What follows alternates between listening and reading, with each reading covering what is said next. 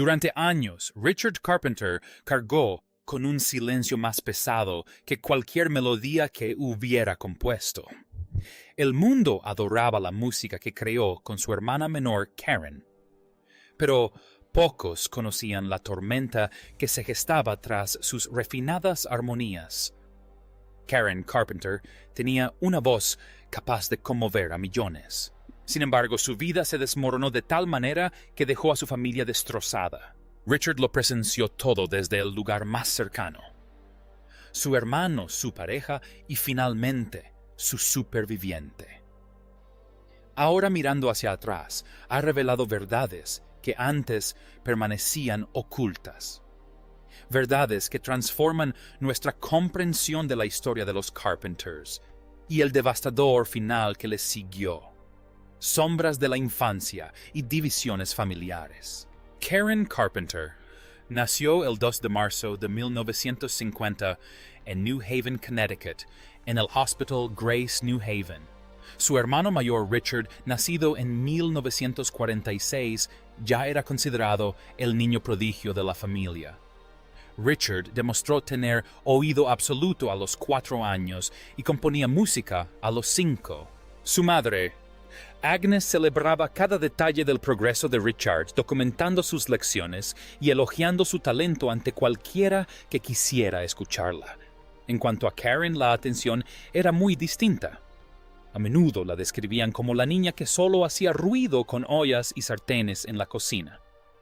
Ese desequilibrio se convirtió en la base de la lucha de Karen por obtener aprobación durante toda su vida, especialmente de su madre. Su padre Harold trabajaba en una imprenta y ganaba un sueldo modesto que apenas alcanzaba para cubrir las necesidades de la familia.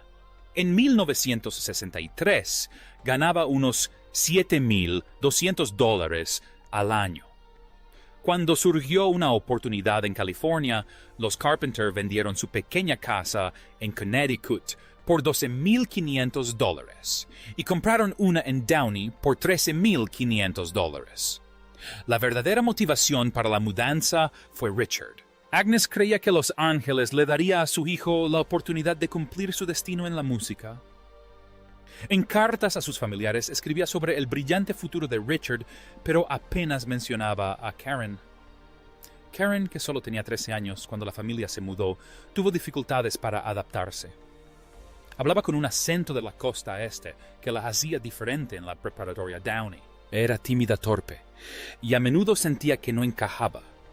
Pero entonces llegó el punto de inflexión.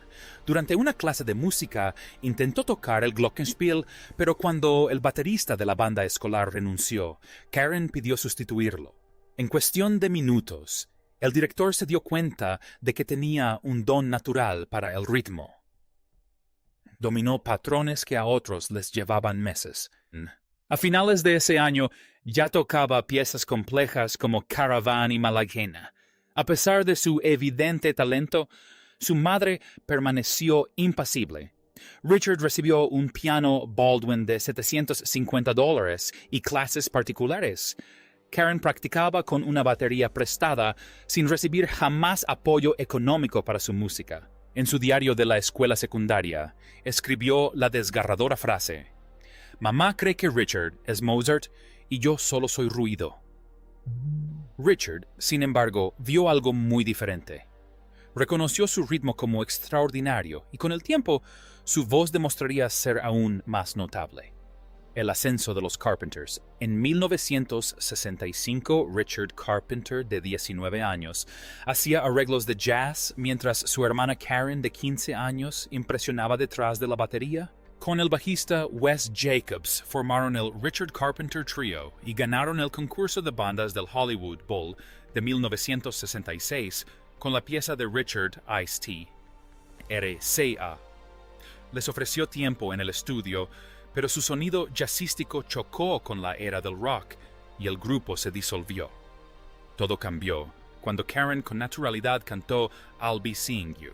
Richard se dio cuenta de que su voz era extraordinaria, aunque ella seguía considerándose una baterista que además cantaba. En 1967 formaron Spectrum, centrándose en las armonías, aunque las discográficas los descartaron por considerarlos demasiado suaves. Aún así, Richard creó arreglos en torno a la contralto de Karen, convencido de que ese era el camino a seguir. En 1969, una maqueta de su versión más lenta y emotiva de Ticket to Ride llegó a manos de Herb Alpert de A&M Records. Cautivado, los contrató el 22 de abril. Karen, con tan solo 19 años, necesitó que sus padres firmaran el contrato como avales.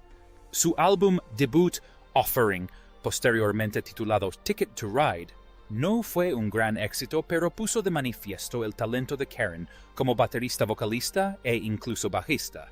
El mundo comenzaba a escuchar la voz que pronto definiría a una generación, fama mundial y la presión de la perfección. El punto de inflexión llegó el 25 de julio de 1970, cuando The Carpenters lanzaron They Long to Be Close to You. En cuestión de semanas, alcanzó el número 1 en la lista Billboard Hot 100, donde se mantuvo durante 4 semanas consecutivas. Los hermanos que antes luchaban por encontrar una discográfica se convirtieron de repente en nombres conocidos en todo el mundo. Le siguió el álbum Close to You, que alcanzó el número 2 en Estados Unidos y el número 1 en Canadá. Karen tenía solo 20 años y su voz era ya una de las más reconocibles de Estados Unidos. Apenas unos meses después lanzaron We've Only Just Begun, una canción escrita originalmente para un anuncio de banco por Paul Williams y Roger Nichols. Richard vio el potencial y convenció a Williams para que lo desarrollara. Lanzada en agosto de 1970, la canción alcanzó el número 2 en la lista Billboard Hot 100 y se mantuvo 7 semanas en el número 1 de la lista de música contemporánea para adultos. Parejas de todo Estados Unidos comenzaron a usarla como canción de boda, y su letra esperanzadora se convirtió en un himno cultural. En tan solo un año, los Carpenters habían logrado lo que la mayoría de los músicos solo podían soñar: numerosos sencillos de éxito, conciertos, con entradas agotadas y premios Grammy, incluido el de Mejor Artista. Revelación en 1971. Sin embargo, tras el éxito ya se vislumbraban los problemas. Karen era naturalmente tímida y prefería la seguridad de su batería. En el escenario oculta tras su batería, Ludwig se sentía segura, pero el público quería ver su rostro. Los críticos se quejaron de que no había un punto central durante los conciertos y la gerencia la presionó para que dejara la batería. Para 1972, sus apariciones en la batería se limitaban a breves presentaciones, mientras que la mayor parte del espectáculo requería que estuviera de pie frente al micrófono, expuesta y ansiosa. Admitió en entrevistas: me considero una baterista que canta, pero incluso esa identidad le estaba siendo arrebatada. La fama también intensificó las tensiones familiares. Si bien la voz de Karen se había convertido en la clave de su éxito, su madre Agnes seguía favoreciendo a Richard. Elogiaba públicamente su genialidad como arreglista y compositor, mientras menospreciaba los logros de Karen. El perfeccionismo de Richard también pesaba mucho. Él elegía las canciones, creaba cada arreglo e imponía un horario implacable. Solo en 1973, los Carpenters dieron 174 conciertos, grabaron un álbum completo y participaron en varios especiales de televisión. Karen, exhausta, se sentía impotente, reducida a la imagen de la vocalista de dulce voz en lugar de una artista completa. La enfermedad se agudizó y el sueño de su carrera en solitario se desvaneció. A mediados de la década de 1970, la salud de Karen se volvió innegable. En las presentaciones en vivo, su aspecto frágil solía provocar exclamaciones de asombro entre el público. En 1975, los Carpenters cancelaron abruptamente su gira europea. Oficialmente la razón fue el agotamiento, pero quienes estaban cerca del grupo conocían la verdad. Karen estaba demasiado débil para actuar. Con apenas 41 kilogramos, apenas podía mantenerse en pie durante un concierto. Los periódicos especularon sobre cáncer u otras enfermedades, pero casi nadie reconoció los síntomas de la anorexia nerviosa. Era un trastorno del que prácticamente no se hablaba oculto tras la vergüenza y la incomprensión. Aún así, los elogios a su talento nunca cesaron. En 1975, la revista Playboy realizó su encuesta musical anual y, para sorpresa de todos, Karen fue elegida la 10ª mejor baterista del mundo, superando incluso a John Bonham de Led Zeppelin. Bonham, supuestamente furioso por la comparación, se burló del resultado, pero para las músicas fue un momento histórico. Una mujer que había sido apartada de la batería seguía siendo reconocida entre las mejores en un campo dominado por hombres. La propia Karen le restó importancia bromeando. Espero que no esté muy molesto. Me encanta Led Zeppelin. Sin embargo, en privado, la encuesta solo le recordaba lo que había perdido: la libertad de tocar el instrumento que más amaba. A puerta cerrada, la dinámica familiar solo profundizaba su dolor. Cuando finalmente buscó ayuda profesional a principios de la década de 1980, el terapeuta Steven Levenkron invitó a sus padres a una sesión. Richard pudo decirle a Karen que la amaba, pero cuando se trataba de Agnes, la aprobación que Karen había anhelado toda su vida, su madre no pudo pronunciar esas palabras, ni siquiera en terapia, ni siquiera cuando su hija estaba claramente muriendo. Richard admitió más tarde que aquel momento lo atormentó porque vio cuánto necesitaba Karen oírlo. En medio de sus luchas personales, Karen anhelaba la independencia. En 1979, mientras Richard estaba en rehabilitación por su adicción a las drogas, aprovechó la oportunidad para grabar un álbum en solitario. Viajó a Nueva York y comenzó a grabar con el productor Phil Raon, conocido por su trabajo con Paul Simon y Billy Joel. Las sesiones fueron electrizantes. Karen experimentó con baladas disco y temas con influencias de jazz. Cantó letras sensuales que revelaron una faceta más madura de su arte. Paul Simon quedó tan impresionado con su interpretación de Still Crazy después de tantos años que modificó una letra para su versión. Por primera vez, Karen estaba creando su propia música sin el control de Richard. Sus amigos, al escuchar el álbum terminado, quedaron asombrados. Dijeron que era su trabajo más seguro y versátil hasta la fecha. La propia Karen estaba eufórica. Incluso consideró mudarse a Nueva York para empezar de cero, lejos de la asfixiante dinámica familiar de Downey. Pero cuando les mostró el álbum a Richard y a los ejecutivos de AUM Records a principios de 1980, la reacción la devastó. Richard, recién salido de rehabilitación, consideró el proyecto una traición. Herb Alpert lo calificó de imposible de publicar. A pesar de los elogios de expertos de la industria, el sello lo archivó. A Karen le cobraron $400,000 para cubrir los gastos de grabación, que se descontaron de las futuras regalías de Carpenters. Un matrimonio de mentiras y la espiral final. Justo cuando su sueño de soltería se desmoronaba, Karen creyó haber encontrado el amor. En junio de 1980 conoció a Thomas James Burrus, un promotor inmobiliario 9 años mayor que ella. Encantador y refinado parecía ser la estabilidad que tanto anhelaba.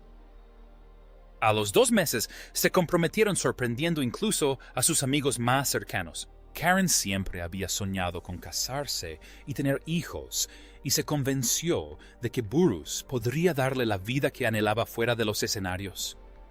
La boda estaba prevista para el 31 de agosto de 1980 en el Hotel Beverly Hills.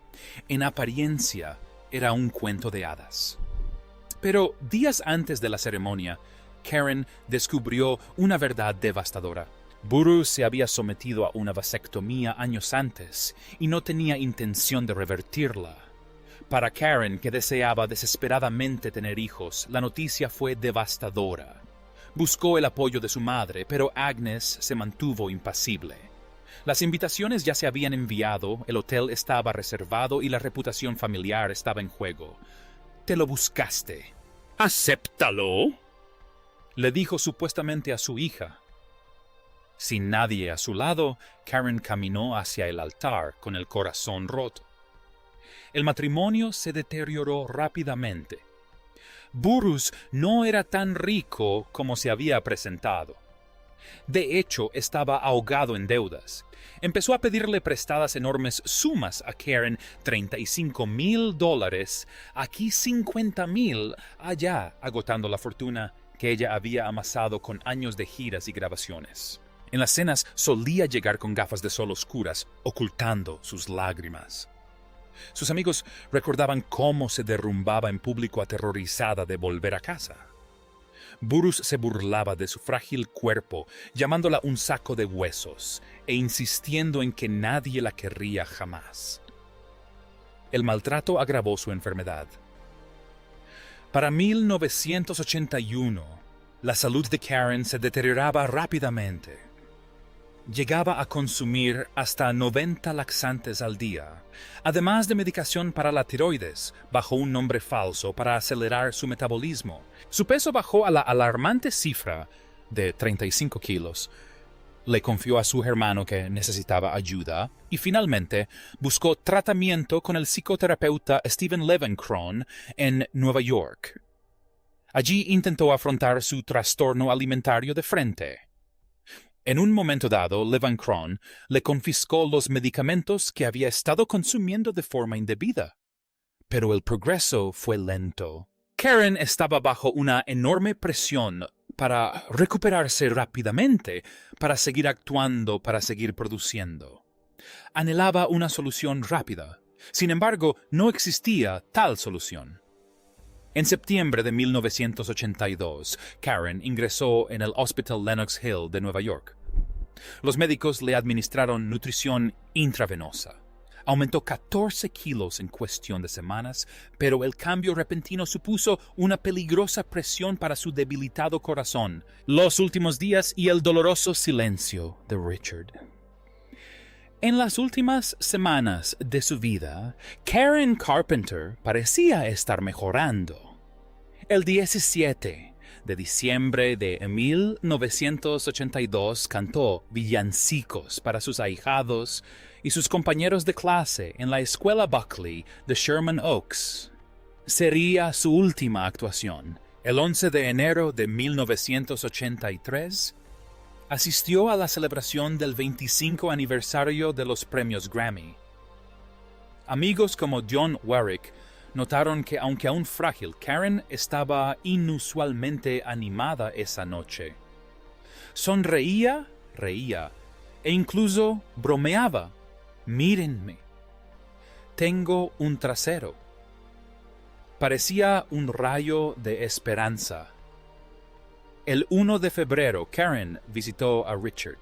Hablaron de los planes futuros de los Carpenters, incluso de volver a salir de gira.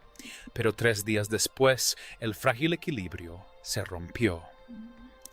La mañana del 4 de febrero de 1983, Karen se disponía a firmar los papeles del divorcio. En casa de sus padres en Downey, se desplomó en un vestidor. Los paramédicos llegaron y encontraron que su corazón latía apenas 6 veces por minuto. Fue trasladada de urgencia al Hospital Comunitario de Downey, pero fue declarada muerta a las 9:51 de la mañana. Tenía tan solo 32 años.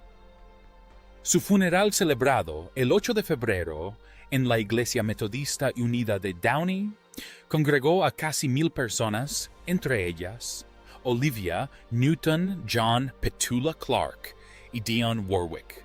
Su esposo Thomas Burrus, con quien estaba casada por conveniencia, colocó su anillo de bodas en el ataúd. Karen fue enterrada en el cementerio Forest Lawn Memorial Park en Cypress, California, y posteriormente sus restos fueron trasladados junto a los de sus padres a Westlake Village, La autopsia reveló la verdad. Había fallecido de insuficiencia cardíaca causada por cardiotoxicidad de la hematina, consecuencia de años de anorexia y abuso de IPAC. Para Richard, la pérdida fue devastadora. Estuvo a su lado desde el primer ensayo hasta la última conversación. Años después, en entrevistas, admitió haber visto las señales de alerta, pero no haber sabido cómo detenerlas. Habló de la sesión de terapia, en la que le dijo a Karen que la amaba mientras que su madre no podía decir lo mismo. Recordó los momentos en que Karen lo animó a buscar ayuda para su adicción, incluso cuando ella se negaba a reconocer su propia enfermedad. Él ha dicho que vivir sin ella era como perder una parte de sí mismo. Sin embargo, Richard dedicó su vida a preservar su legado. Remasterizó sus grabaciones, lanzó recopilaciones y en 1996 finalmente permitió que el público escuchara el álbum en solitario de Karen. Lo que ella alguna vez llamó nuestro disco con Phil Rayon, se convirtió en un agridulce, recuerdo de lo que pudo haber sido. Hasta el día de hoy, su voz sigue siendo una de las más queridas en la historia de la música cálida, conmovedora e inolvidable. Pero para Richard, cada nota conlleva tanto orgullo como dolor. Detrás de las armonías se escondía una hermana a la que no pudo salvar, y el silencio que guardó durante décadas nació de un dolor demasiado profundo para expresarlo con palabras. La música de Karen Carpenter aún conmueve a millones, pero su verdadera historia es mucho más desgarradora de lo que el mundo jamás imaginó. Richard finalmente ha revelado la verdad no solo sobre su voz, sino también sobre su sufrimiento. ¿Cuál es la canción de Carpenter que más significa para ti? Compártela en los comentarios. Y no olvides suscribirte para más historias de tragedias ocultas en el mundo de la música.